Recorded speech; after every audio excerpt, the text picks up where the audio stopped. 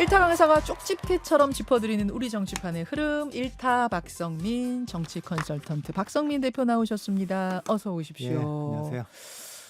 참 오늘 할 얘기가 많은데 어제 헌재에서 있었던 5차 변론기일 얘기부터 좀 해봐야 될 것 같아요, 대표님. 어느 부분이 개인적으로는 가장 인상적이셨습니까?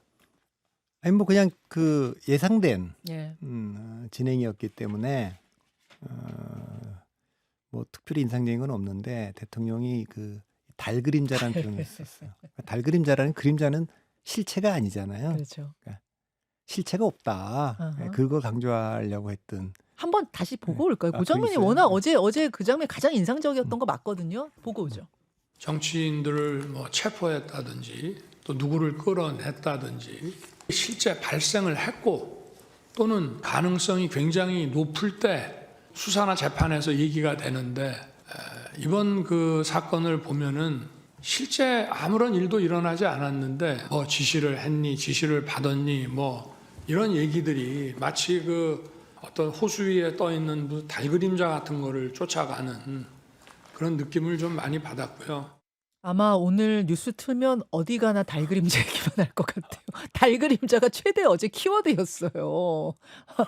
그러니까 아무 일도 일어나지 않았는데, 그러니까 실제 달이 없는데 달 그림자만 보면서 지금 얘기하는 것 같다. 이런 주장이거든요. 그러니까 이제 뭐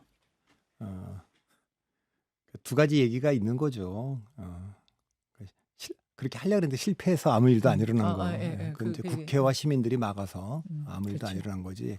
아무 일도 안 하려고 했던 것은 아닌 거다. 이런 음. 판단이 있고 이렇게 생각하는 사람들이 좀 다수죠. 상당히 있다. 그런 거고 이제 그렇지 않고 실제로 나는 좀 뭐 경고를 하려고 한 거다. 이름보다 계엄령이 아니라 계몽령이다. 계몽령이다. 이제 그렇게 얘기하는 분들도 있고 대통령은 어쨌든 지금 탄핵 심판과 내란 수사를 지금 동시에 재판을 받아야 되기 때문에 네. 내란죄는 뭐 사형과 무기 수개는 그렇게 돼 있기 때문에 그거 방어하는데 지금 뭐 전체적으로 지금 하기 때문에 아하. 뭐 그런 기조 아하. 그걸 유지하고 있는 것 같고요. 나왔던 분들도 증인들도 대체적으로는 뭐 거기에 좀 맞춰서 그러면 본인들도 지금 처벌 대상들이니까 그래서 지금 뭐 좀 다르게 얘기하는 분은 이제 홍정원 전 국정원 차장 그분만 이제 진술을 유지하고 일관되게 있죠. 하고 있고 네. 각종은 이제 그분은 이제 거기 헌재 나온 건 아니고 국회 나가서 답변했는데 특수전 사령관이죠. 그분은 뭐 대통령이 그렇게 분명히 지시했다 이제 이렇게 진술하고 있고 엇갈리고 있습니다만 그 이제 수사를 통해서 이제 또 재판에서 밝혀내야 될 부분이고 하여튼 어제의 그 얘기 그림자를 쫓고 있다 전부 다. 달 그림자. 달 그림자. 그건 그 얘기는 이 계엄부터 해서 이 모든 건 실체가 없는 거다. 그런 얘기를 한 것이 인상 깊었습니다. 계속 이렇게 유지할 것 같아요. 이제 그렇겠죠. 논조를 보면 아니 실제로 아무 일도 일어나지 않았잖아요. 당신들 지금 방송 잘하고 있잖아요.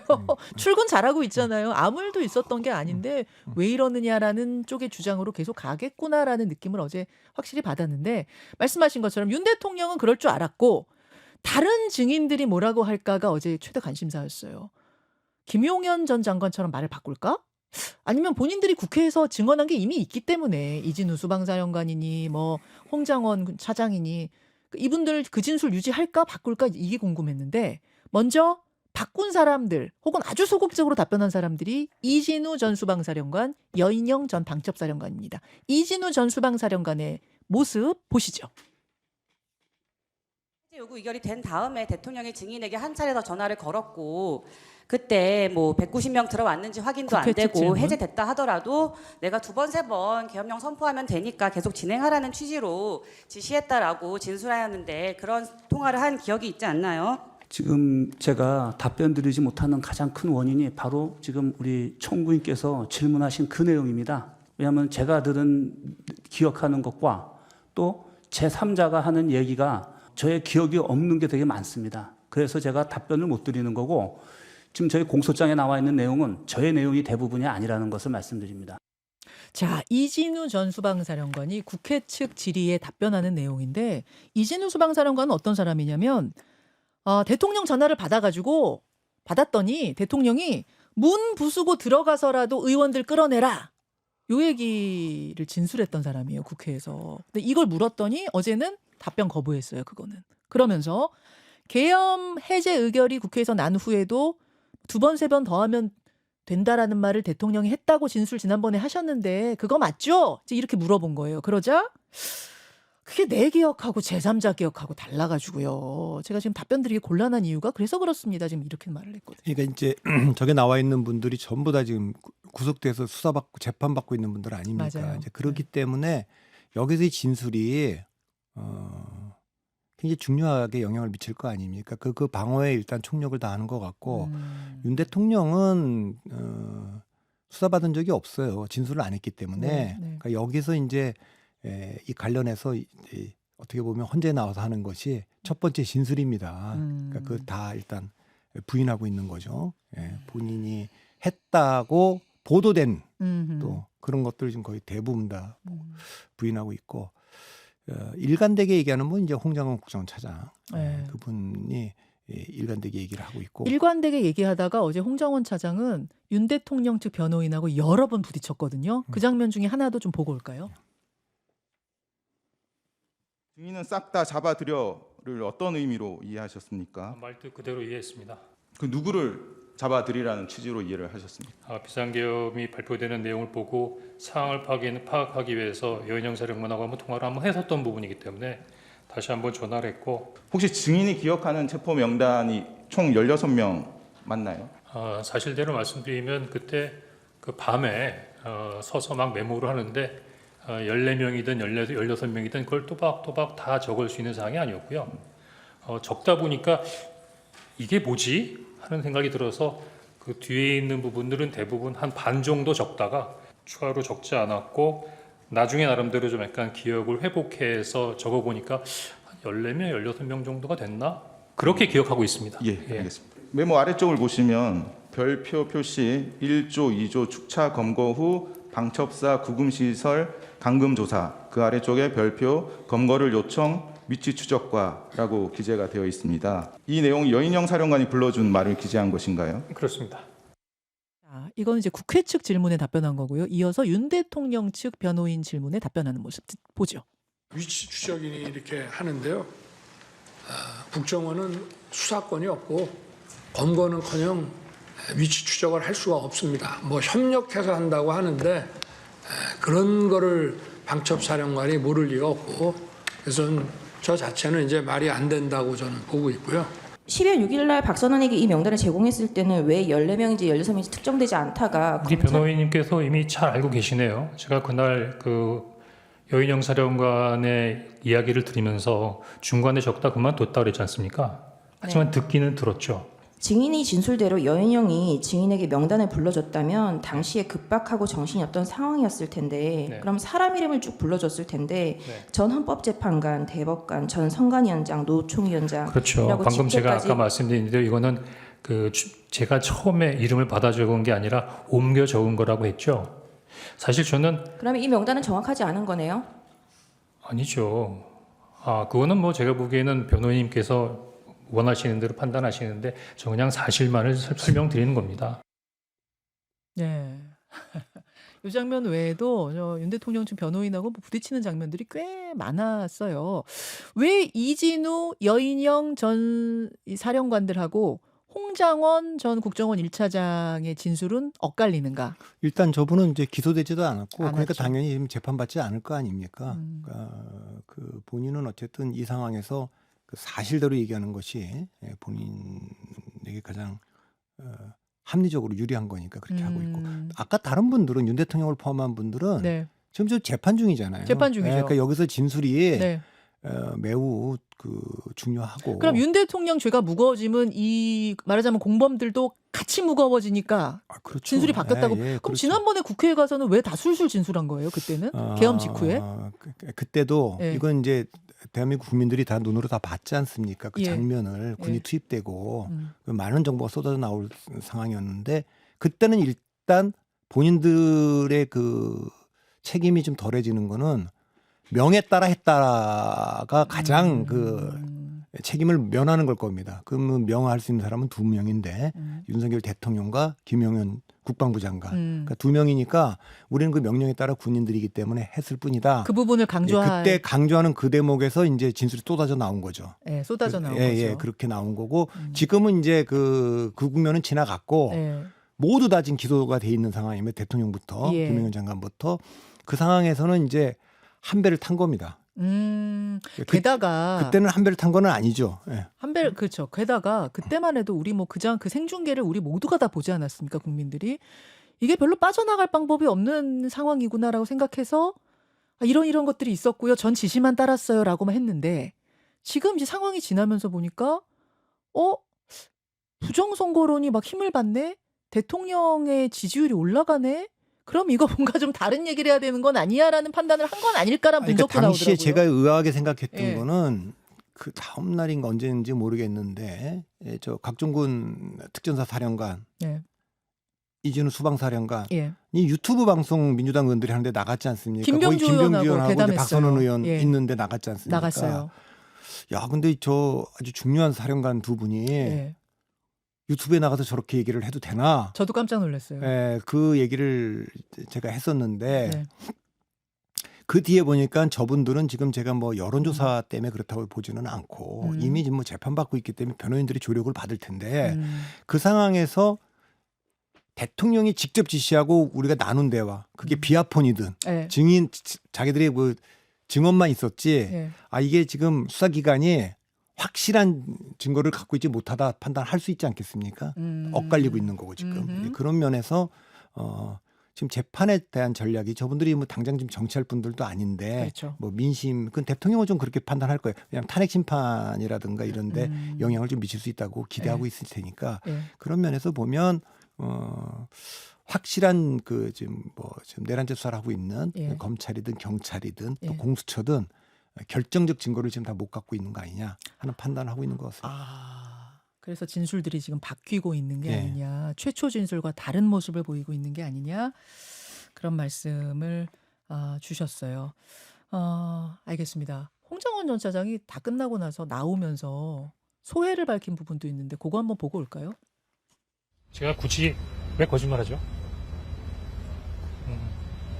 그냥 다만 당시 상황에 있었던 부분들을 얘기한 부분인데 이번 기회를 통해서 그냥 사실을 얘기하는 것이 이렇게 힘든 거구나라는 부분을 느끼게 됩니다.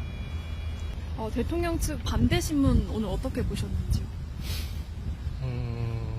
그 매섭게 몰아치는 느낌이었고 피의자 조사받는 같은 느낌이 들었었는데 그래도 궁금해서 물어보시는 부분이니까 최대한대로 답변하려고 노력했습니다.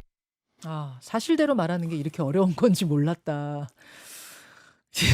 사실대로 말하는 게 이렇게 어려운 일인지 몰랐다. 그냥 있는 대로 말하는 게 이렇게 어려운지 몰랐다. 그 말이 참. 근데 그 보통 사람들은 거짓말을 태연하게 말하는 게 힘든데 요즘은 세상이 다 뭐 아주 태연하게도 거짓말하는 세상이 됐으니까 사실대로 말하는 게 쉽지 않은 세상이죠. 자, 예, 어제 이제 5차 헌재 변론기일 모습들 하나하나 좀 분석을 해봤고요.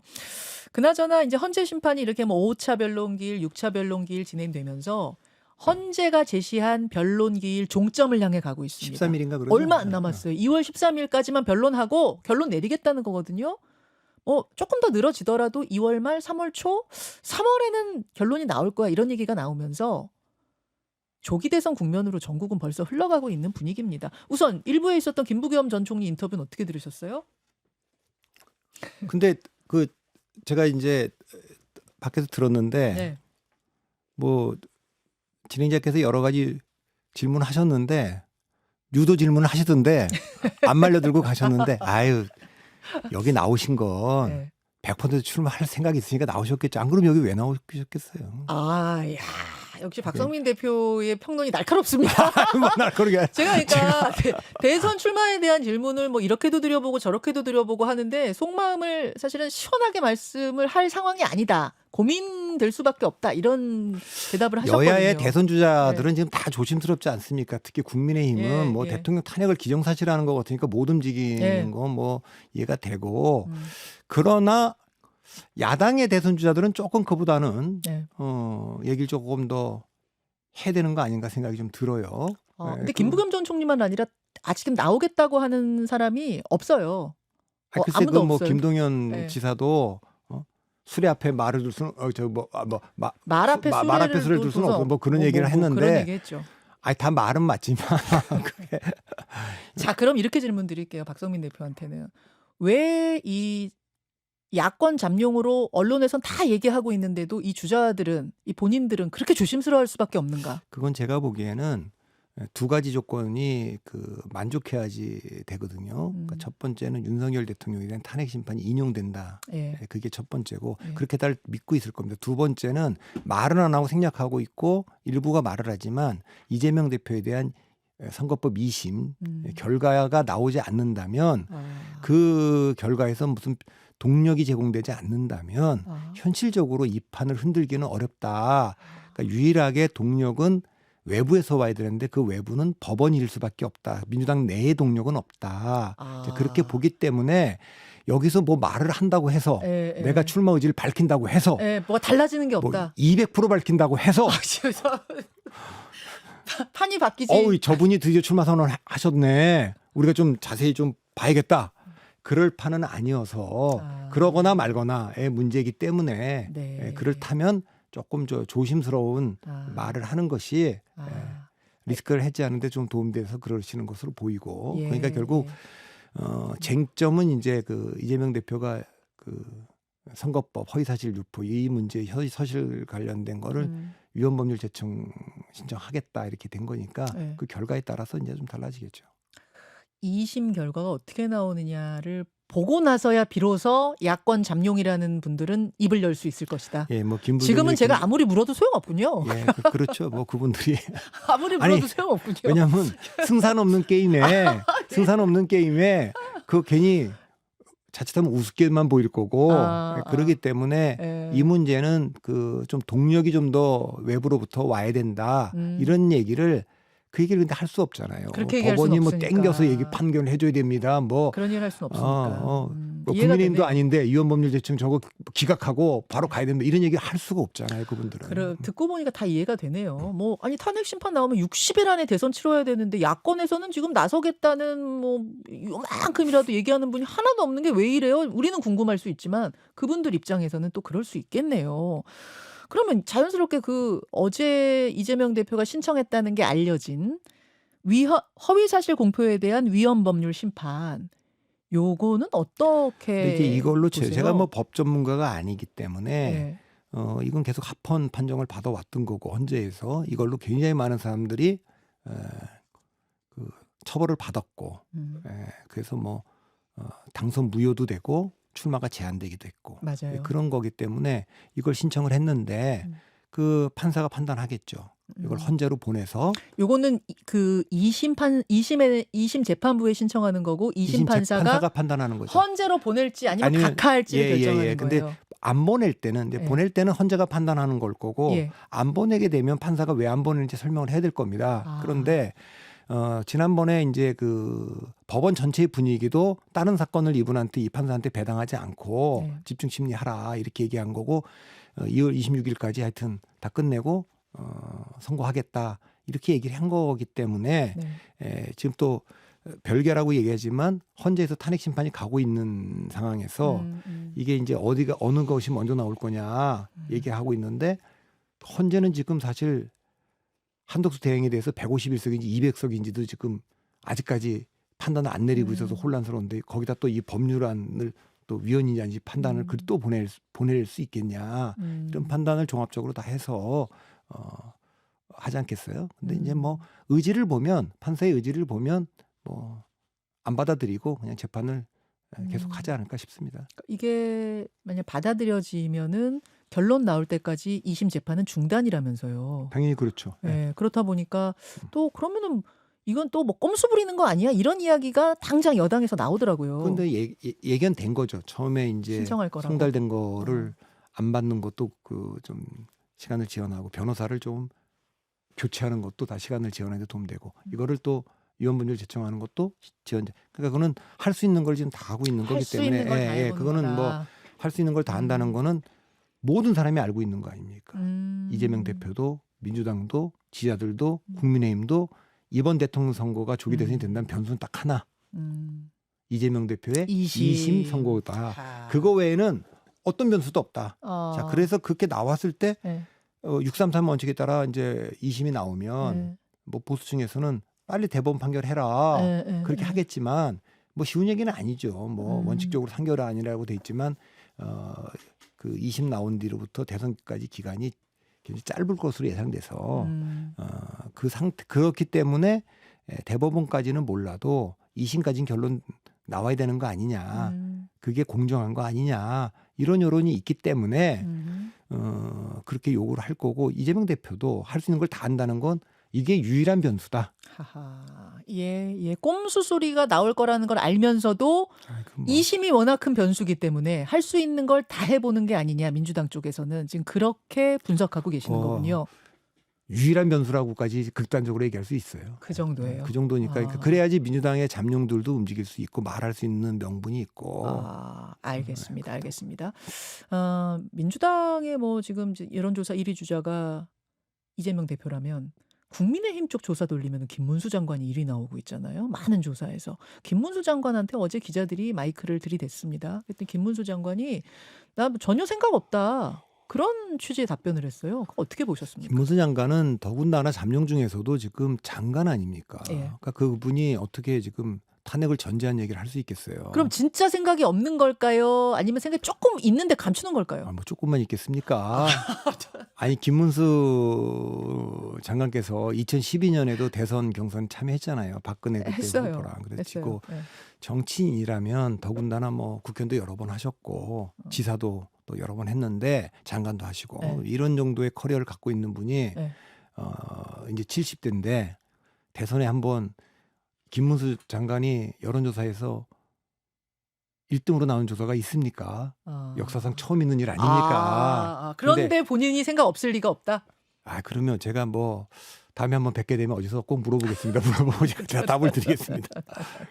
그러나 이제 이분은 이제 계속 확장성에 대한 의문이 제기되기 때문에 가상 대결을 봐야지 이거는 뭐 일이 나오고 제가 몇 가지 볼 데이터가 필요 없다 그런 게 쭉 여야 놓고 하는 거 아닙니까? 가상 대결 붙여보면 역시 경쟁력이 조금 떨어진다. 양자 대결에서. 양자 대결에서 그건 좀 보이는 거죠. 예, 그래서 음. 그런 숙제가 있는 거고 역시 보수 강경층들이 여론조사에 적극 응답하고 있기 때문에 김문수 강세가 드러나고 있고 그건 당분간 진행되겠지만 지금 상태에서는 조기 대선을 염두에 둔다면 네. 양자 대결을 봐야 된다. 누가 확장성이 있느냐. 이제 이거죠. 예, 그리고 탄핵에서 결과가 어떻게 나오느냐에 따라서 이 구도도 확실히 바뀔 수 있다는 얘기도 나오더라고요. 그렇죠. 왜냐하면 지금은 누가 우리 편이고 그렇죠. 우리의 입장을 대변해주고 있는 사람이냐 이런 거를 따지는 국면이라면 예. 조기 대선이 다가오면 그거 상관없이 누가 나가야 이기느냐. 누가 이기느냐로 예, 바뀔 바뀌죠. 것이다. 알겠습니다. 지금 이제 이재명 대표, 김문수 장관 얘기까지 했는데 어제 한동훈 전 장관도 굉장한 화제였어요. 김상옥 의원이 저희 프로그램에 나와가지고 이건 개인적인 느낌이긴 합니다만 이번 주 아니면 다음 주 정도에 등판하지 않을까, 나오지 않을까 싶어요라는 말을 했고 또 한동훈 전 대표가 김종인, 유인태, 조갑재 이런 정치권 원로들하고 줄줄이 만났다는 얘기가 나오면서 이 움직임이 예사롭지 않다 이런 얘기가 나왔었는데요. 이 얘기는 오늘 유튜브 댓글쇼에서 조금만 더 괜찮으세요? 그럼요. 그럼 나가서 샌드위치 하나 드시고 샌드위치는 안 오실래요? 주겠지만 제가 거기 마시면서 기다리겠습니다. 잠시 후에 뵙겠습니다. 예, 라디오 청취자들과 여기서 인사드리고 유튜브로 좀 더 이어갈 텐데요. 좌나님이라는 꿀단지께 커피 한 잔 드리면서 시작해야겠어요. 어서 들어오세요, 대표님. 이 청취자분께서 생수 배달을 하신대요. 생수 배달을 하시는데 갑작스런 추위에 물이 얼어가지고 물이 무거워지면 더 무거워지잖아요. 얼으면 더 무거워지잖아요. 그래서 운반하는 게 너무 어렵고 조금만 부딪혀도 아프다고. 아이고. 이 말씀을 듣는데 마음이 너무 짠합니다. 자나님님께 커피 한 잔 따뜻하게 드세요. 따뜻하게 드시기 바랍니다. 근데 지금 생수 운반하고 계셔갖고 아까는 댓글을 올리셨는데 지금도 듣고 계실지 모르겠네요. 혹시 듣고 계시면 요 저희 Gmail로 저 그때 생수 배달 기사 아까 그 사람이에요 하면서 핸드폰 번호 보내주셔야지 쿠폰 쏩니다. 주소 한번 올려주세요. 이메일 주소. 예. 이메일 주소 여기로 그분이 이거를 앞뒤로 해갖고 주소 찾기 힘드실 테니까 뉴스쇼.cbs gmail로 예, 생수기사 좌난입니다 하면서 보내주셔야 돼요. 힘내십시오. 대표님 어서 오세요. 샌드위치는 없어요. 그 자꾸만 안 주면서 샌드위치 얘기를 계속해서 주는 척. CBS는 계속 주는 척해서 아니 왜 오늘 왜 샌드위치 없어? 밖에 우리 PD들 아니 가끔 아니, 저는- 있는 걸 내가 많이 봤는데 왜 박 대표님만 이 저 샌드위치 안 드리는 거죠? 아 밖에 샌드위치 말고 다른 빵은 아니, 제가 그래요? 있다고 하는데 못 보셨어요? 저는 못 받고 다음엔 제가 사갖고 와서 쫙 돌리겠습니다. 아, 죄송합니다. 요다님이 샌드위치 낚시냐고 그래서 샌드위치 낚시로 좀 기다리세요 해놓고 잡는 거냐고 물어보셨는데 그렇지는 않고요. 예. 아, 어떤 종류 샌드위치 좋아하십니까? 아니 저 네. 전 아니, 편하게 말씀하세요. 아니 괜찮아요. 커피만 있으면 됩니다. 그래서 다른 거 괜찮아요. 여러분 애한테 샌드위치 준비해놓고 손님 대접 잘해야 됩니다. 아까 박성민 대표가 본론에서 말씀하신 거 들으면서 야 맞네 이런 문자가 오늘 유독 많았어요. 뭐였냐면 그윤 대통령의 달그림자 발언 해석 요것도 너무 기가 막히다 맞다 이러셨고 또 하나는 김부겸 전 총리도 김문수 장관도 다 지금 손살에 치시지만 이분들 100% 나올 것 같다 요것도 굉장히 날카로운 분석이었다 이런 얘기들 많이 들어왔어요. 이게 정치가 네. 뭐 공적 영역이기도 하지만 네. 사적 영역이기도 하잖아요. 그러니까 맞아요. 사적 영역이라 하면 이게 어떻게 보면 퍼블릭 공간이지만 사실은 그 비즈니스 공간이기도 합니다. 그러니까 그분들도 중요하지만 김부겸 뭐 김문수 이분들도 중요하지만 그 주변에 평생을 그분들이 대통령 됐으면 대통령 되면 나도 좀 뭘 좀 해야지 이런 분들이 많거든요. 그러니까 그런 분들의 운명도 결정이 되기 때문에 그분들의 그 요구 등살 책은 이런 것도 야, 그건 난 상관없어. 이렇게 박절하게 하지 못하는 것도 사실 현실이니까 저는 그런 면에서 주위에서 굉장한 요구들이 그분들에게 있을 거라고 좀 보고요. 승산이 있든 없든. 저 근데 똑같은 얘기를 몇 년 전에 누군가한테 들었는데 우리 이제 과거 대통령 중에 한 분인데 제가 뭐 실명 이야기하지는 않겠습니다.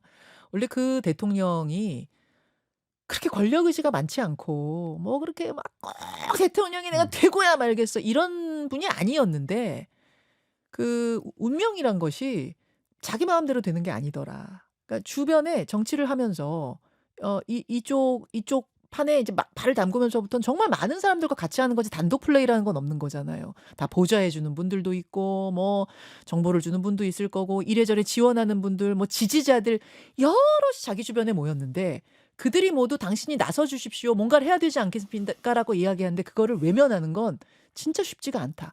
그래서 내가 엄청난 권력 의지가 있는 건 아니지만 어떻게 하다 보니 대선 후보에 나왔고 대통령이 됐다. 이런 이야기를 건너서 들었어요. 김문수, 김부겸 두 분만 해도 저 개인적으로도요.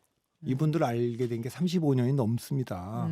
그때부터 이분들의 정치 여정을 정치권 들어오기 전부터의 여정을 제가 다 지켜봤고 그 주변에 있는 분들이 어떤 분들이고 다 그렇게 활동하는 걸 봤기 때문에 이 김문수, 김부겸 이 두 분이 대통령에 대한 꿈 정치인으로서 좀 갖고 있을 거라고 봅니다. 또 김부겸 전 총리는 많이 오래전부터 그 구시대의 막내로서 기대도 많이 받았고 그래서 노무현 대통령의 비극적 죽음이 없었다면 김부겸 전 총리도 기회를 좀 잡을 수 있었을 텐데 그런 게 다 본인이 통제할 수 없는 운명이고 그런 거죠. 그런데 뭐 어쨌든 그래도 한국 사회에서 계속 그 중요하게 역할을 하실 분들이니까 뭐 조금 더 지켜보죠. 그렇죠. 대선이 이제 조기 대선이 만약 열린다고 하면은 그 많은 분들이 나와서 정말 다양하게 경쟁하고 그건 중요한 거잖아요. 60일밖에 안 남았으니까 대충 뽑자가 아니잖아요. 그럼요. 예, 그래서 저는 많은 주자들이 막 그걸 되게 뭔가 내가 이렇게 하면 너무 욕심내는 이렇게 생각 안 했으면 좋겠어. 욕심 내셔야 돼요. 낼 분들은 그래서 내셔야 저는 돼요. 사실 김부겸 네. 총리가 워낙 온건하시고 예. 온화하신 분이고 예. 그렇지만 지난 총선 과정에서 이제 선대위원장에 참여하셨는데 그 공천 과정에서도 조금 더 목소리를 적절히 내주셨으면 어땠을까 하는 아쉬움은 좀 있고요. 김문수 장관은 뭐 특유의 하여튼 그 신중한 분이지 않습니까? 그리고 한번 뭐 마음에 딱 그 결정을 하면 네.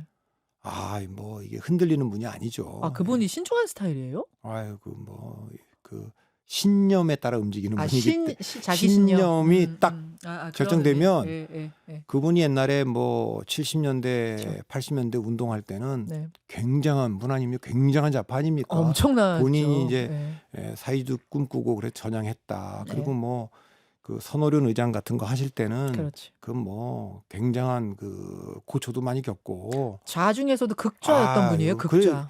그러니까 노동운동했던 분들, 심상정 뭐 네. 이런 분들은 뭐 아마 그때 당시로는 네. 가장 존경하는 분 중에 한 분이 이제 김문수고 그런 분이니까 얼마 전에 돌아가신 그 장기표 예, 그런 예. 분들이 다 그 청계피복노조 이런데 일할 때는 노동운동. 굉장했고 그 뒤에 그분들이 이제 민주당 거쳐서 이제 우파 보수정당으로 들어와서 그 뒤에도 보면 뭐 김대중 노무현 정부에서 저격수로 일할 때도 하여튼 그건 뭐 저격수 하려면 얼마나 딜을 깨끗이 해놔야지 저격수가 되겠습니까? 뭐 부패나 이런데 맞네요. 걸리면 안 되니까 그런 거 열심히 하셨고 그 뒤에 이제 신념, 뉴라이트 예. 이제 예. 이런 거에도 영향을 받았고 완전 또 바뀌어버려. 완전 또 완전히 바뀌어. 바뀌었고. 극좌에서 극우로. 그 아마 김문수 장관이 이제 존경하고 영향을 많이 받은 분으로 안병직 전 그 교수 그분 뉴라이트 뉴라이트. 대부죠. 네, 뉴라이트죠. 그런 분들인데 그런 분들은 딱 그 낙성대 연구소 이런 거 이제 다 영향을 미친 분들이고 그런 관계들이 다 있고 하니까 또 그 김문수 또 김부겸 또 두 분이 낙성대 연구소를 둘러싼 또 연도 있고 그래요? 뭐 제가 여기서 그리고 또 그 두 분이 직접 붙기도 했고 대구 수석에서 맞네요. 예. 맞네요. 알겠습니다. 김문수 장관도 어제 지금 제가 그 얘기를 하는 이유는 어제 오랜만에 공식 석상에 나섰어요. 그랬더니 기자들이 엄청나게 몰려들어가지고 그 질문을 한 거예요. 대선 여론조사 1위 나오는데 출마하실 겁니까? 이렇게 물었더니 전혀 생각 없다. 이렇게 얘기했는데도 불구하고 박성민 대표는 나올 거다에 100% 건다. 제가 100%라 그랬어. 아까 100%라 100%보다 더 했나 내가? 그래요? 예. 근데 뭐 이렇게는 보입니다. 지금 국민의힘으로만 좀 제안해서 보면 네. 탄핵 반대파와 탄핵 찬성파가 아주 극명하게 갈리고 있어요. 네. 탄핵 반대파에는 사실 이제 홍준표 대구시장 네. 그리고 이제 김문수 장관 네. 또 원희룡 장관 뭐 이런 분들이 그래도 좀 그 대선 주자로서 사실은 이제 김문수 장관은 아무 아니었었죠. 생각을 안 하고 네. 홍준표 원희룡 요 두 분 정도가 그래도 대중성이 있고 뭐 그 뒤에 뭐 나경원 의원이나 뭐 예. 이런 분들도 한 번 더 판단해 볼지 모르지만 대체적으로는 그 라인 그 탄핵 반대파에서 좀 그래도 선거 대선 나가서 승부를 볼 수 있다고 하는 분이 홍준표 대구시장과 원희룡 장관 요 두 분이고 탄핵 반대파 찬성파에서는 역시 그 한동훈 전 대표 네. 그다음에 오세훈 서울시장 그렇죠. 그다음에 유승민 전 의원, 안철수 의원 예, 이렇게 있지만 역시 여기도 이제 순서로 보면 최근에 양자 대결에서 좀 강하게 나오고 있는 오세훈 시장, 그다음에 한동훈 대표 이렇게 두 분은 가상 대결에도 등장하는 분들 아닙니까? 그렇죠. 유승민 전 의원은 이제 의지가 강하시고 예. 이번에는 꼭 이번엔 진짜 유승민 의원의 근데 의지가 지난번에 돋보여요. 전당대회 때도 전 나올 줄 알아서 계속 방송 나와서 말씀하시길래 그러고 이제 안 나오셨는데 네. 어쨌든 분명한 목소리를 좀 내시려고 하고 나오실 수 예. 있고 안철수 의원은 예. 늘 대선 주자로 이제 분류되는 분이고 늘 나왔었는데. 그리고 분명하게 거기도 이제 김문수 장관과 정반대 입장에서 그렇죠. 신념에 따라 소신에 따라 쭉 말씀하고 행동을 했기 때문에 그런데 보수 정당 내에서 그 탄핵 찬성파의 상징적 인물이다. 선두주자다. 이런 이미지는 조금 약하죠. 거기는 아무래도 당대표 지낸 한동훈 전 대표도 대표가. 있고 당에서 오랫동안 성장해왔던 오세훈 시장도 있고 비슷한 포지션에서 유승민 의원도 있기 때문에 그런 기회를 잡을 수 있을지 모르지만 그래서 그 국민의힘의 네 분으로 지금 줄여보면 네. 홍준표, 김문수, 오세훈, 한동훈 태그의 지조처럼 보이고 한 분씩 더 추가하라 그러면 그 3대 3이면 원희룡, 그다음에 뭐 유승민 이런 정도가 아닌가. 한 분씩 더 넣어라. 그러면 이제 나경원, 안철수 4대 4 정도. 그러니까 왜냐하면 지난번에도 3년 전에도 열 몇 분이 출마를 했다가 1차에서 컷오프하거나 자진 사퇴하고 맞아요. 그래서 8분으로 줄였다가 8분에서 최종적으로 4명이 가서 했거든요. 그러니까 그 룰을 따를지는 모르겠어요. 조기 대선이 된다면 뭐 당신 민심 조정 룰도 있고 그때는 뭐 처음에 8대 1로 갔다 7대 3으로 갔다 5대 5로 이 앞쪽이 민심입니다.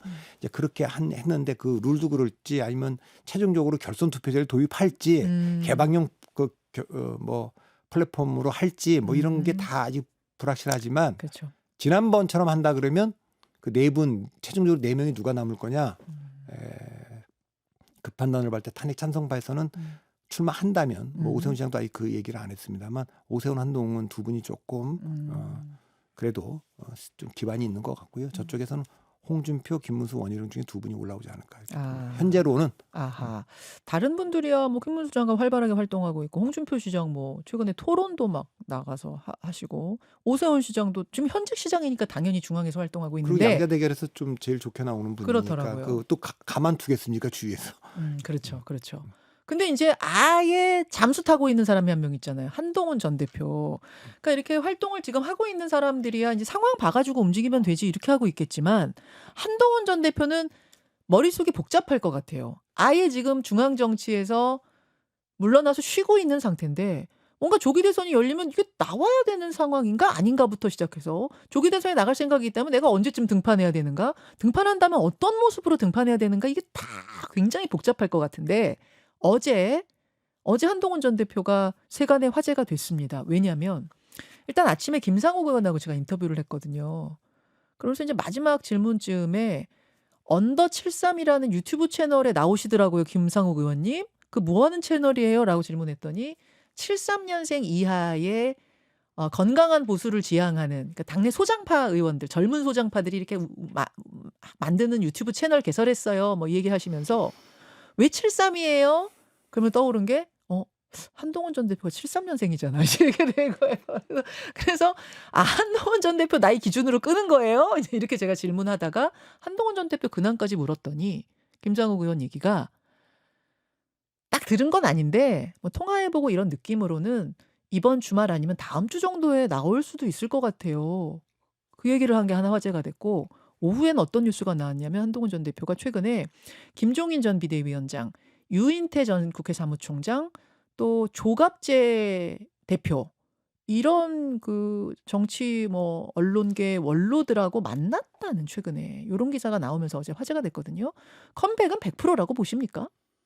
정치하겠다고 얘기했고 뭐 지금 검찰로 돌아갈 수도 없는 분이고 변호사 개업을 하기도 그렇죠. 그렇고 그래도 비대위원장과 당대표를 지낸 분이고 직전에 그러면 뭐 합리적으로 보면 뛰어들 수도 있죠. 물론 승산이 있느냐 없느냐라는 판단을 더 해봐야 되겠지만 그 판단이 나오기 전까지는 저는 지금 움직일 수밖에 없다라고 봅니다. 몇 가지 이유가 있는데 이제 3가지 이유를 들면 첫째는 그동안에는 할 수가 없었다. 왜냐하면 뭐 탄핵을 찬성했고 보수층에서도 책임을 묻고 있고 대통령이 본인하고 굉장히 가까운 특수관계였던 분이 지금 탄핵 소추도 돼 있고 구속도 돼 있는 상황에서 그렇죠. 네. 본인이 뭐 아무 일도 없었다는 듯이 정치 행보를 하기는 굉장히 어려웠기 때문에 설은 지났어야 된다. 그래서 그건 제가 그 전에 방송에서도 맞아요. 설 전에는 움직이기 어렵다. 네, 얘기를 그러셨어요. 했고. 두 번째는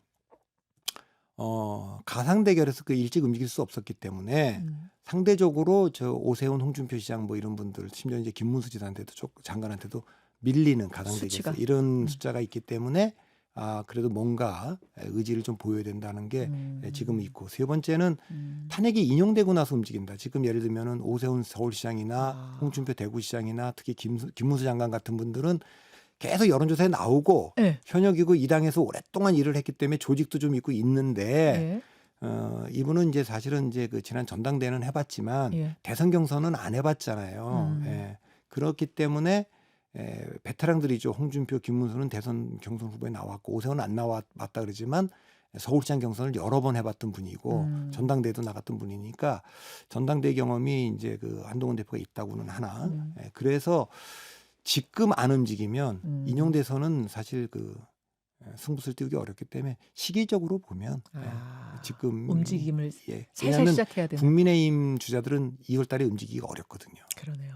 그러니까 지금 나머지 분들은 여러 가지 이유로 탄핵을 전제하고 움직이기가 어려운데 이제 인용되는 거를 좀 부담이 탄핵 찬성한 분이니까 그렇지. 탄핵 좀 주도한 부담이 분 어떻게 덜하지. 보면 주도한 분이니까 이제 어. 그런 면에서 책임을 진다는 면에서 지금 움직여도 되는 분이니까 그런 분들 이준석 그 의원, 의원. 한동훈 전 대표는 2월 달이 좀 이분들에게 주어진 시간이죠. 그리고 듣다 보니까 그런 생각이 드네요. 그러니까 가만히 지금처럼 수면 밑에 있어도 지지율이 막 확확 잘 나와. 계속 1위야. 이러면은 가만히 있다가 진짜 현실이 됐을 때, 조기 대선 현실이 됐을 때 짠 나올 수도 있지만 지금 말씀하신 것처럼 사실은 눈에 안 보이면 지지율이 잘 안 잡히는 게 있거든요. 여론조사라는 게 그래요. 뉴스에 막 나와야 좋은 뉴스든 나쁜 뉴스든 나와야지 이게 여론조사가 나온대요. 근데 잘 안 잡히는 상황에서 계속 수면 밑에 뉴스 밑에 있을 수는 없다라는 생각도 할 것 같네요. 그러니까 이제 탄핵 찬성을 했던 윤 대통령과 좀 거리를 뒀던 분들 그런 분들 중에는 현재는 네 분이 지금 그 같은 거론되는 거 아닙니까? 오세훈, 한동훈, 안철수, 유승민 네. 이런 분들이 있는 건데 어쨌든 승부수를 띄우려면 더 밀리면 안 된다. 아하. 대중들이 뭐 특히 그 오세훈 시장이라고 하는 이 탄핵 그 찬성파 중에서는 강력한 경쟁자가 있는 거 아닙니까? 이 시장을 다 먹고 있다면 지난번 전당대회 때 저희가 그때도 봤지만 네. 그때도 유승민 전 의원은 나올 듯이 뭐 방송도 여러 번 다녔고 김재섭 의원도 나오는 거 아닌가 이런 얘기가 있었는데 안철수, 유승민, 김재섭 의원들이 다 안 나오면서 한동훈으로 어떻게 보면 반유는 후보 단일화가 됐죠. 그랬죠. 반대쪽은 나경원, 네, 네. 원희룡, 윤상현으로 분산됐지 않습니까? 그렇죠. 그렇죠. 그러니까 지금 이 상태에서 안 움직이면 오세훈 시장 쪽으로 점점 힘이 더 실려버리고 왜냐하면 안철수나 유승민 이런 분들이 승산이 있으면 그쪽으로도 갈 텐데 좀 현실적으로 좋은 분들인데 응원하는 분들이 있죠. 유승민 의원도 보수 정당 내에서는 지금보다는 더 나은 대접을 받아야 될 분이라고 저도 봅니다.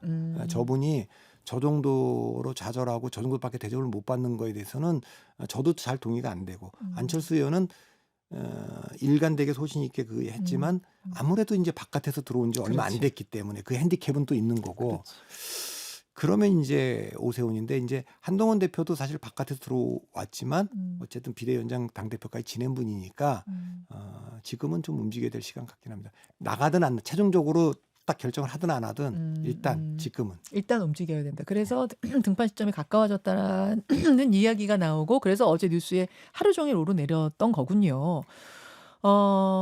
민주당 이야기로 좀 가보자면 민주당 이야기를 좀 덜 할 수밖에 없는 것은 국민의힘 막 주자가 많고 다 고만고만한 경쟁을 하고 있고 민주당은 워낙 이재명 대표가 압도적이기 때문에 다른 주자들이 뭐 내가 나섭니다라는 느낌을 요만큼도 주는 사람이 없다 보니까 민주당 이야기는 좀 덜하게 되는 게 있어요. 조기 대선 얘기하는 데서. 그런데 최근에 나서겠다는 아니지만 좀 다른 목소리를 내는 사람들이 있습니다. 임종석 실장, 전 문재인 대통령 비서실장, 김경수 전 경남지사, 또 오늘 김부겸 전 총리도 그 위헌 법률 신청 이재명 대표가 한 거에 대해서 좀 부정적으로 얘기하는 뭐 이런 목소리를 좀 낸다든지 이런 거는 김동연 지사도 있고 있죠. 김동연 지사도 민주당의 다양성 문제에 대해서 적극적으로 좀 지적을 하고 있고 민주당에서 준비하고 있는 사람은 몇 명 정도나 된다고 보세요?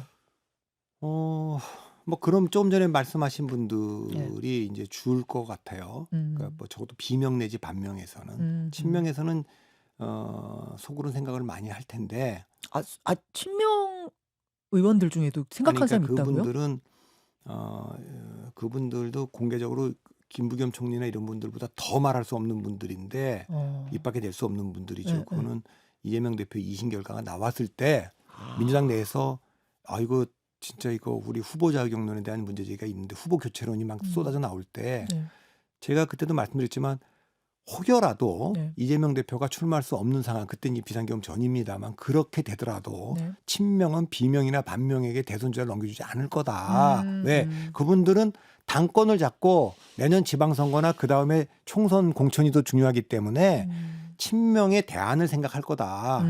친명과 가까운 뭐 그래서 제가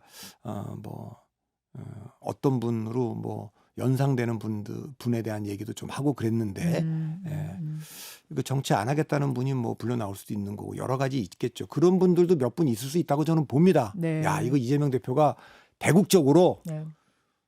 2심까지 그 출마를 못하는 피선거권 박탈이면 내가 민주당이 승리를 해서 결단해서 양보한다.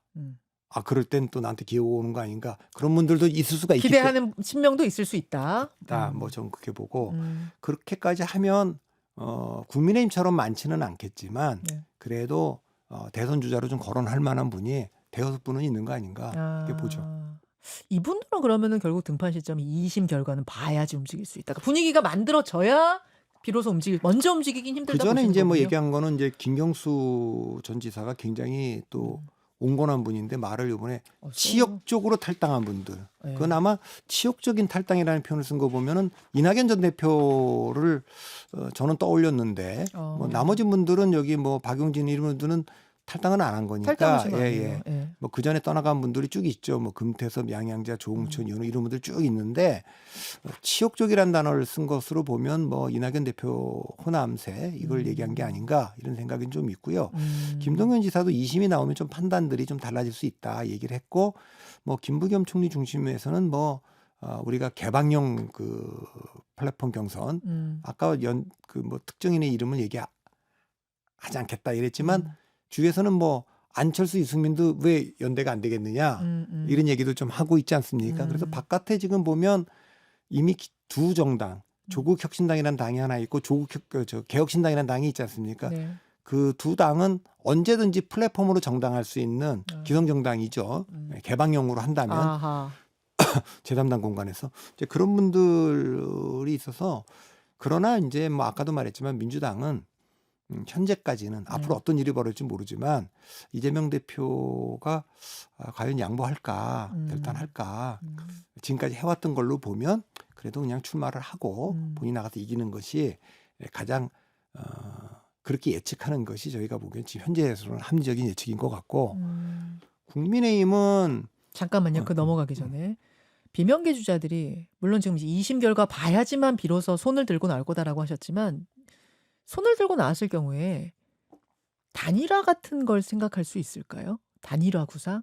그렇지 않고서야 뭐 이게 경쟁 자체가 안 될 정도로 당내 경선이 일방적으로 흘러갈 테니 우리가 비명 단일화를 하자 뭐 이런 식의 구상도 할 수 있을까요?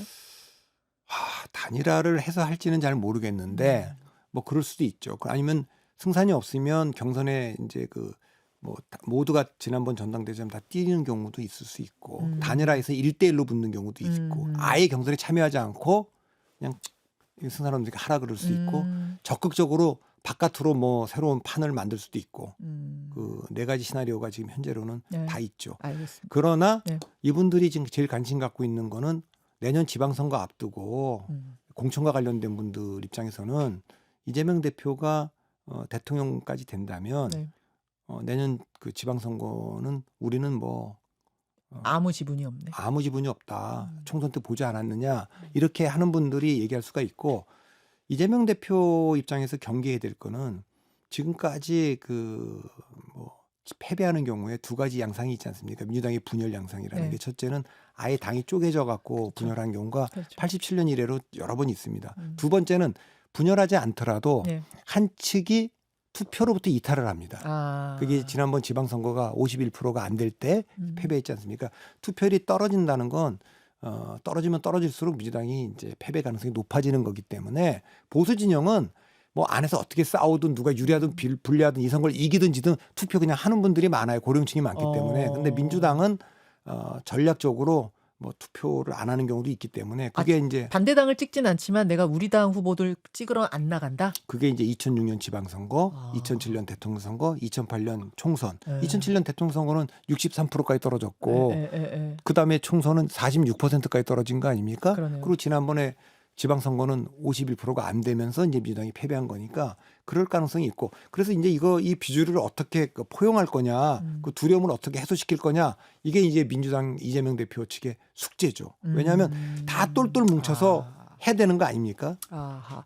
지금의 그 우클릭 행보, 경제 정책에 있어서의 우클릭 행보가 외연 확장이 어느 정도나 도움이 될 거라고 보세요? 이재명 대표 굉장히 적극적으로 지금 우클릭 행보를 하고 있어요. 지난 설 전에는 흥묘백묘론, 뭐 검은지든 흰지든, 검은 고양이든 흰 고양이든 쥐만 잘 잡으면 된다라고 난 생각한다라고 하면서 기본소득 막 강령에도 넣고 했던 거 그거 빼고 이제는 친기업, 뭐 기업과 함께 간다 이런 정책 발표했고 그제인가요? 주 52시간제 요것도 상당히 방향을 바꿨어요. 이거는 52시간 넘어가게 허용해주면 그때부터 이거 와르르 무너집니다. 이게 지금까지 민주당 기조였는데 반도체 전문가나 이런 사람들에 대해서는 주 52시간 추가할 수 있게 예외 규정 두자는데 나도 이제 찬성하겠다. 이렇게 하면서 약간 노동계에서는 반발도 있고 하던데 그럼에도 불구하고 굉장히 행보를 과감하게 우클릭하고 있거든요. 원래 뭐 흥묘백묘론의 뭐 원저자는 정세화핑이죠. 그렇죠. 뭐 사회주의든 자본주의든 뭐 하여튼 돈을 벌어야 되는 잘 거니까. 살면 되는 거 아니냐 이제 이런 거잖아요. 흥묘백묘론이고 뭐 권영세 비대위원장, 국민의힘 비대위원장은 검은 고양이든 흰 고양이든 고양이는 생선 맡길 수 없다.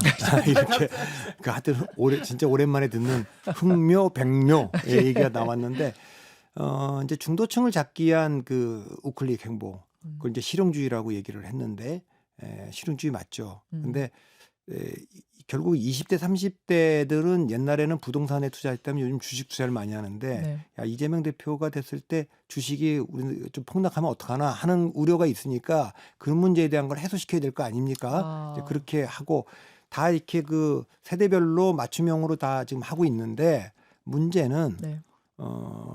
두 가지죠. 그동안에 이제 민주당이 쭉 걸어왔던 정책적 노선 기조. 정책위장 진성준 위원장도 뭐 지난번에부터도 금투세 때도 한번 뭐 부딪혔죠. 그랬고 네. 그게 여전히 있고 또 하나는 이재명 대표의 신뢰에 관한 얘기죠. 여러 번 어떤 얘기를 했다가 뒤집은 것을 이제 중도층이나 이런 분들이 어떻게 받아들일까 하는 문제에 대한 우려가 있는 거기 때문에 그게 지금 지금 외교안보 노선도 상당히 지금 우클릭하고 있는 거 아닙니까? 그런데 과거에 이재명 대표 입장에서는 나올 수 없는 말이다. 그랬더니 또 국민의힘에서 아니 언제는 중개 시시하더니 이제는 아리가또냐? 그런 논평이 또 나오죠. 예, 나왔죠. 그런 정도로 이건 뭐 조변 섞기 하는 거 아니냐. 이것을 어떻게 대중들이 판단할 거냐에 대한 신뢰의 문제가 하나 있죠. 이거를 그러니까 그 정도로 유연하게 바뀔 수 있다. 유연하게 대처할 수 있다로 설득을 시키는 것에 성공할지 아니면 국민의힘에서 얘기하든 뭐 조변 섞기 하듯 사람이 왔다 갔다 바뀌네로 설득에 실패할지. 요게 중요한 숙제겠군요. 일단은 그 당내 이견은 지금까지도 보면 이재명 대표가 원하는 대로 다 결정이 됐어요. 그러니까 뭐 그 정책위 의장이든 또 진보 진영이든 노동계든 얘기를 해도 뭐 대선을 향해서 가는 입장에서는 그 관철은 시킬 겁니다. 이 문제를 대중들이 어떻게 받아들이냐의 문제만 남아 있는 것 같아요. 그 당내에 뭐 막혀서 이게 뭐 이재명 대표가 진보 맞느냐? 우린 저러면 못 찍겠다. 이렇게 당내에 반발이 있어도 그거는 다 제압이 될 것 같고 결정은 될 것 같은데 네. 아까 말한 대로 그럼 이게 옳은 방향이면 왜 진짜 그렇게 안 했냐 그런 얘기가 있겠죠. 지난번에 그러셨잖아요. 이재명 대표 앞에 놓인 숙제는 이재명이다. 이재명 대 이재명이다. 그렇죠. 그러니까 당내에서 뭐 누구를 정리하고 누구를 제압하고 이런 문제가 아니고 국민의힘은 경쟁자를 제압하는 게 문제인데 민주당에서 이재명 대표라는 존재는 결국 자신과의 싸움을 하는 게 제일 중요하다 하셨는데 결국 그 말이네요. 그거는 이제 두 가지죠. 이재명 대 이재명이라고 하는 건 두 가지 의미가 있어요. 민주당 안으로만 보면 과거의 이재명과 현재 이재명의 충돌이죠. 이게 하나 있고 전체 한국 대선으로 보면 이재명이냐 아니냐의 선거다. 그러네. 나머지는 변수가 없다 이게 그냥. 그러네요. 예. 이재명을 대한민국 다음 대통령으로 승인할 거냐 말 거냐. 이거는 이제 미국 대통령 선거로 말하면 64년도에 베리 골드워터의 선거다. 린드 존슨이 아니라 그런 선거와 요번에 그 트럼프냐 아니냐의 선거지 트럼프냐 해리스의 선택이 아니었기 때문에 하하. 그걸 승인할 거냐 말 거냐. 예. 그러니까 베리 골도 어쨌든 승인을 못했고 뭐 핵전쟁도 불사한다 했으니까 할 수가 없었고 트럼프 때는 그게 승인된 거고 이재명이냐 아니냐 이 문제에 대해서 그 대한민국 국민들이 어떻게 판단할 거냐의 문제이기 때문에 예. 나머지 얘기들은 정책적인 얘기든 예. 아까 정치적인 것도 좀 소소한 얘기다. 소소한 또 그리고 얘기. 경쟁자들에겐 죄송한 얘기지만 죄송한 적어도 민주당 안에는 그래 보이고 국민의힘은 좀 치열해 보이고요. 그렇죠. 민주당이 아예 우리 지금 생각하고 있지 않은 주자가 막 툭 튀어나올 가능성도 있다고 보세요? 그런 경우는 네. 이재명 대표가 밀 경우? 네, 이제 뭐 내가 이거 2심까지 받아보니 내가 나가선 승산이 없겠다. 내가 민주당과 대한민국을 위해서 후보를 양보하겠다 하는 경우에 나오겠죠. 아. 그렇다면 그때는 다크호스. 지금 나와 있는 분들은 아닐 거다. 저는 그렇게 예상을 합니다. 오케이. 알겠습니다. 그 얘기를 막 하고 계시는데 트럼프 대통령 관련된 속보가 들어오네요. 또 속보입니까? 또 저 가슴이 철렁철렁합니다. 속보라 그러면 제가 여기 앉아 있으면 속보라 그러시면서 아니 이 속보도 크네요. 큰 뭐라고 거예요? 했냐면 미국이 팔레스타인 가자 지구를 점령해서 소유하겠다. 뭔 소리야? 또 그분은 이거. 소유욕이 많잖아요. 그러니까 엄청- 뭐 그린란드도 갖고 싶고. 예. 자, 좀 찬찬히 제가 더 읽어볼게요. 로이터 통신에 따르면 트럼프 대통령은 백악관에서 이스라엘 총리와 정상회담을 마친 뒤에 이스라엘 총리 네타냐후를 만났구나. 만난 뒤에 공동 기자회견을 열어서 공동 기자회견에서 한 얘기예요? 미국이 팔레스타인 가자 지구를 점령해서 소유할 거라고 말했다. 팔레스타인인들이 가자 지구로 돌아가지 말아야 한다고 생각한다며 요르단과 이집트를 포함한 주변 국가에 재정착할 공간을 마련해야 한다고 밝혔다. 이게 무슨 소리야? 그러니까 이 얘기는 이겁니다. 지금 그 이스라엘 제가 뭐 네. 외교안보 전문가는 아니지만 네. 이스라엘에 보면 팔레스타인이 이스라엘 영토 안에 있는 지역이 두 군데 아닙니까? 네. 지금 말한 이집트 쪽에 있는 지금 가자라고 하는 여기 지금 하마스하고 충돌한 겁니다. 그렇죠. 그리고 또 하나가 이제 그 서안이라고 하는 데가 있어요. 네. 그 서안은 여기는 이제 상대적으로 옛날에 우리가 뭐 피에로 뭐 이렇게 얘기했던 그렇게 얘기했 약간 온건한 분들이 거기 이제 정착해서 이제 하는 게 살고 하나 있고. 있고 지금 네. 이제 가자는 이제 그렇기 때문에 네. 지금 얘기를 들어보면 이런 것 같습니다. 네타야후하고 이제 트럼프가 만나서 이게 국경을 접하니까 아무리 거기 장벽 쌓고 해서 네. 넘어와서 요번에 그 사태가 벌어진 거 그렇죠. 아니냐. 그러니까 그렇죠. 좀 거리를 둬야 된다. 그러니까 이 가자 지구는 미군이 그 주둔하면서 완충지대로 만들고 대한민국의 휴전선처럼 만들고 네. 그 요르단 쪽이면 저 반대쪽이죠. 다른 나라로 가라는 다른 거잖아. 나라나 다른 이집트 나라에 쪽으로 정착촌을 이 만든다? 정착촌을 만들어서 이분들이 다 거기 나가서 살아라? 거리를 둬야 전쟁이 멈춘다 이거고 저 러시아 우크라이나 전쟁에도 그런 거 아닙니까? 지금 젤렌스키 입장에서도 네. 이 전쟁을 멈추려면 미군을 포함한 한 20만 명 정도가 들어와서 그 우리가 그 러시아에 대한 두려움을 좀 해소시켜 줘야 된다. 이런 거 아니겠어요? 그러니까 그런 뜻 같습니다. 명분은 그러한데 결국은 미군이 그 땅을 점령한다는 거 아닌가요? 그러니까 관리 명목으로? 예, 그런 건데 이게 뭐 국제정치에 지금 군대를 보내겠다는 말을 서슴지 않고 하고 있지 않습니까? 그러니까요. 뭐 여기저기 그러니까요. 뭐 그린란드에도 보내겠다 그러고 예, 뭐 예. 그런 분이니까 이게 완전히 심해 시대로 지금 돌입을 하고 있는 건데 야. 이거는 뭐 와, 이 정도의 발언이면 엄청 세네요. 센 얘기고 엄청 세네요. 속보일 수 있는데 제가 보기엔 이럴 수 있다고 봅니다. 네타냐후가 네. 굉장히 정적 위기였어요 원래. 위기였어요. 예, 그 사법 파동으로 굉장한 위기였고 내부에서 난리였어요. 예, 그래서 사실은 그 하마스가 좀 살려준 측면도 좀 있습니다. 하하하. 자, 이스라엘은 전통적으로 네. 전쟁 중에는 사령관을 안 바꿔요. 그러니까 전쟁 후에도 있질 않습니다. 이겼든 졌든. 그러니까 그때 그 하마스의 공격을 못 막아냈던 사령관들이 다 이건 내 책임이다. 다 일가되게 얘기하잖아요. 그리고 뭐 경계를 게을리했던 사령관이 있을 수 없다 이렇게 나가는데 네타냐후는 지금 전쟁이 여기서 휴전이 되면요. 네. 정책 책임을 그 전에 쫙 쌓여있던 걸 그 져야 됩니다. 중단됐던 게 계속되는군요. 그러니까 이분도 제가 보기엔 새로운 이슈가 필요해요. 아하. 계속 뭘 그 가려면 계속 이슈를 만들어내야 되는구나. 그런 거 이건 제가 외교 전문가가 아니니까 네.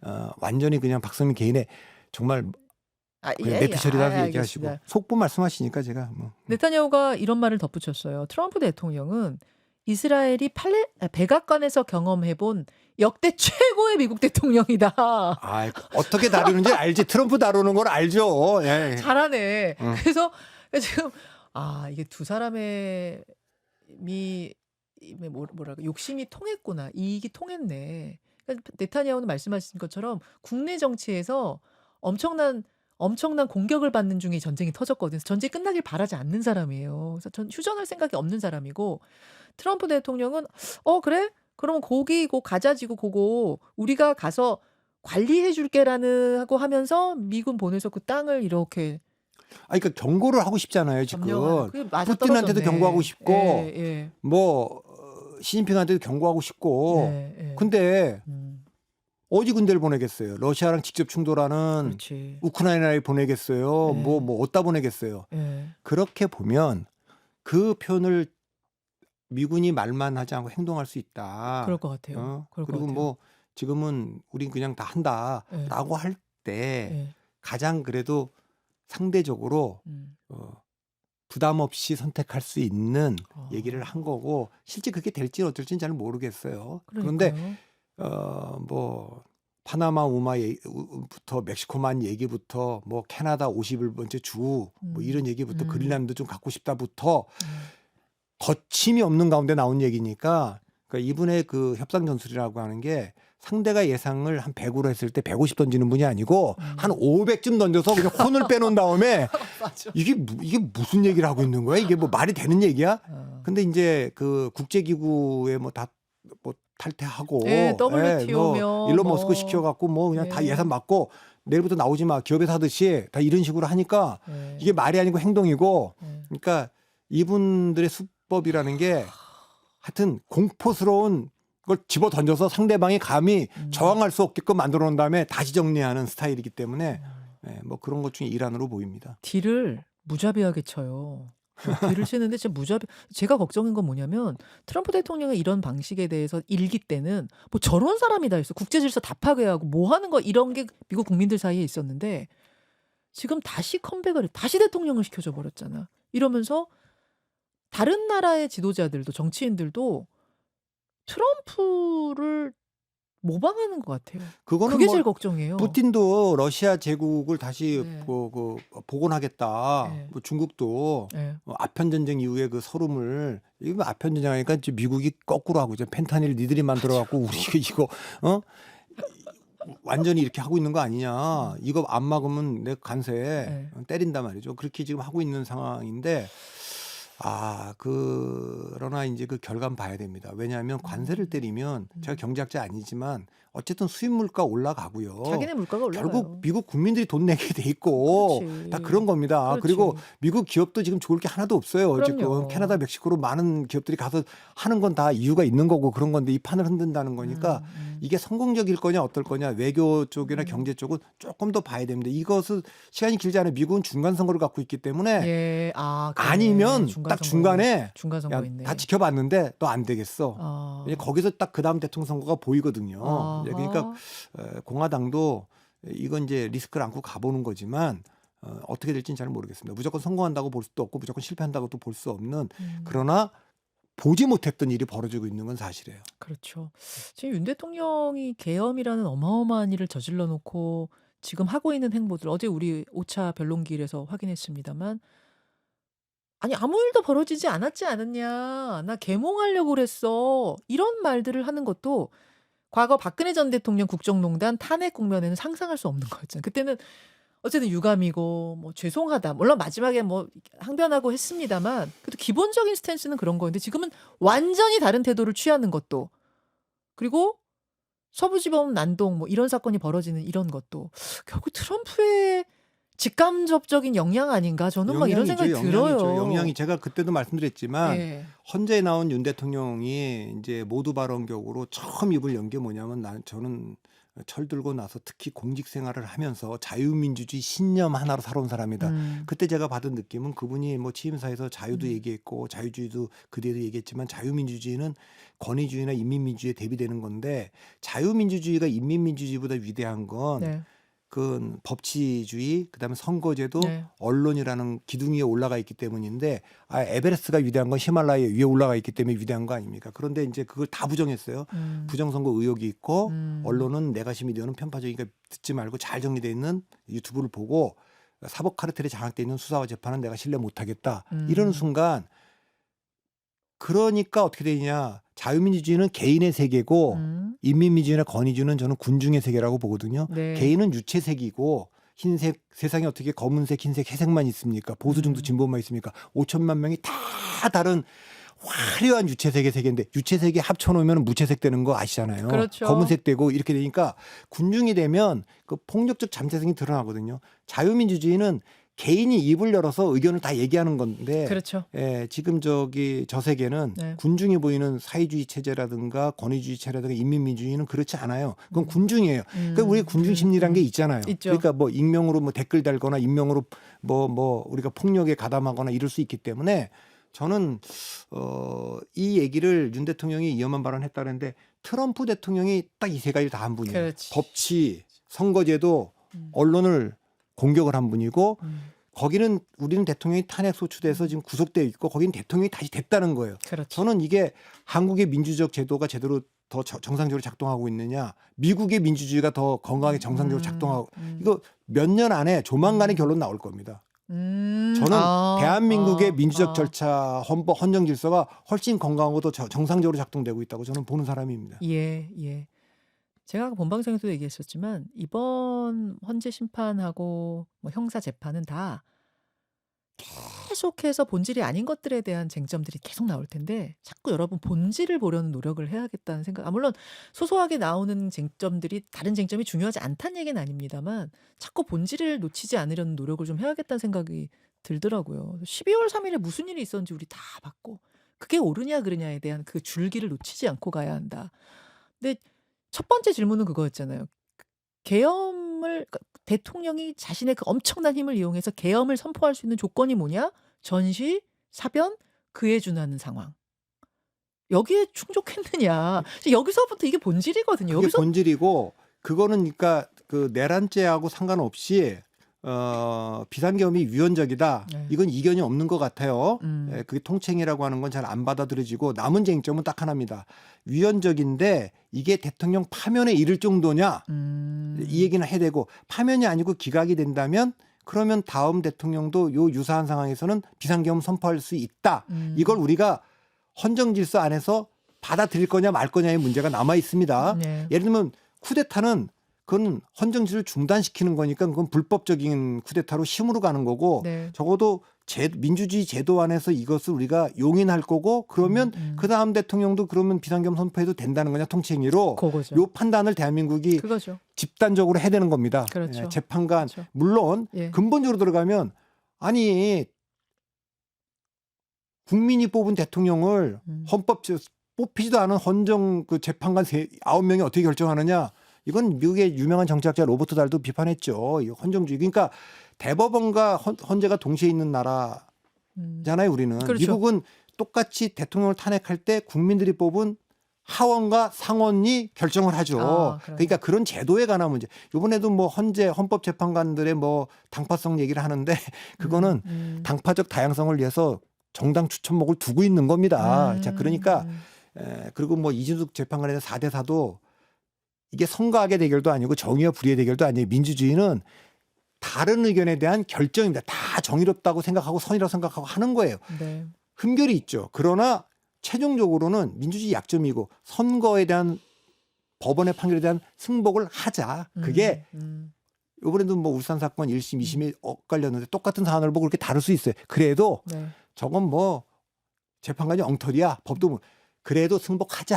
왜? 그거 승복 안 하면 그 다음에 우리가 어떻게 할 건데 물리적으로 길거리에 충돌할 수는 없잖아. 나 집에 있는 거 야구 방망이 들고 나서 그것을 패스하면서 결정하자 이럴 수는 없는 거 아니야. 예, 예. 그거 얘기입니다. 알겠습니다. 여기까지. 박성민 대표하고 뭐 얘기하다 보면은 미국으로 갔다, 막 우리나라로 왔다, 과거로 갔다, 미래로 갔다 한 2시간도 할 수 있을 것 같은데. 언제 한 번은 그 5분만이 아니라 네. 한 몇 시간 합시다라고 딱 해놓고 그냥 모든 얘기를 한번 다 할까요? 그래도 될 것 같아요. 게다가 CBS가 제가 그렇게 내주지 않을 테니까 우리 딴 데 가서 그냥 아니 유튜브는 제 맘이에요. 아 그래요? 라디오 공중파는 CBS 맘인데 아 그러시구나. 아 그렇구나. 유튜브는 뭐 예 우리 뉴스쇼 맘이니까요. 제가 언제 한번 강연도 부탁드렸어요. 박성민 대표님이 굉장히 좋은 이 시각을 갖고 계신 분이잖아요. 그래서 이게 정치 얘기를 좀 넘어서 큰 이야기에 대한 강연 소재들도 많으시더라고요. 그래서 언제 한번 다음 추석이나 막 이럴 때쯤에 제가 정치 얘기만 아니면 몇 날 며칠 밤을 새서 할 수 있는 주제가 정말 많습니다. 예, 강연 듣고 싶다고 조현정님 그쵸? 예, 마련하겠습니다. 여기까지 하고 커피 좀 나눌까요? 아유, 좀 커피. 지난주에 우리가 못 나눴으니까 한 세 잔 돌릴까요? 진짜 어려운 세계. 되게 많이 돌릴 것처럼 하면서 딱 세 잔. 뭐 아, 박성민 대표님하고 2박 3일 워크숍 하자고. 프리 인형님. 아, 그래요? 오실 거예요? 워크숍 하면? 제 진짜 예. 2박 3일 그 얘기할 주제는 많습니다. 영화로 갔다, 커피로 네. 갔다. 아, 뭐 음악이든 철학이든 음악으로 종교이든 갔다. 역사든 뭐 맞아요. 다 좋습니다. 뭐 미술이든. 저기 리창님께 박성민 대표님 특집 좀 해주세요 그러는데 뭐 언젠가 살다 보면 네. 그런 날 오겠죠 뭐. 아, 맞아요. 아유, 맞아요. 특집은 뭐 박 대표님이 마음만 먹으시면 언제든지 열겠습니다. 한 분 더요. 은미님이 박성민 대표님 샌드위치 꼭 챙겨주세요 그랬는데 예 감사합니다. 저희가 이제 하여튼 뭐 샌드위치는 아니지만 뭘 준비한 게 있습니다, 여러분. 예, 다음 주에 말씀드릴게요. 예.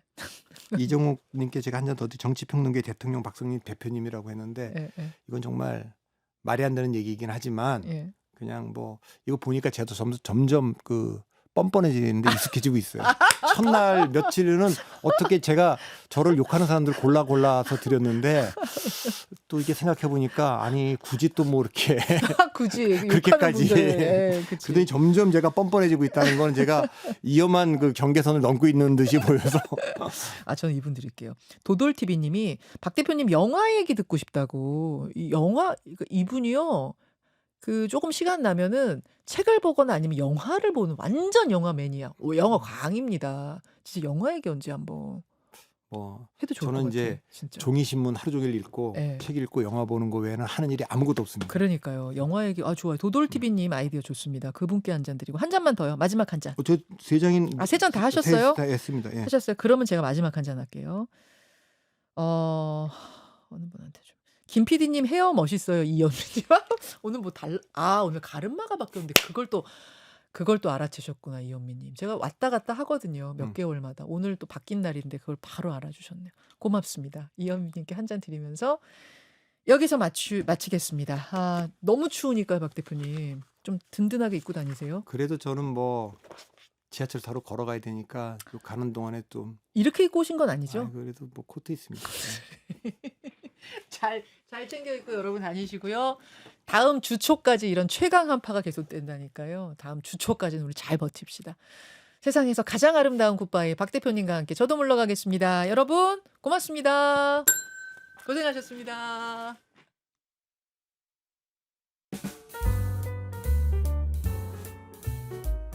김현정의 뉴스쇼는 시청자 여러분의 참여를 기다립니다. 구독과 좋아요, 댓글 잊지 않으셨죠? 알림 설정을 해두시면 평일 아침 7시 10분 실시간 라이브도 참여하실 수 있습니다.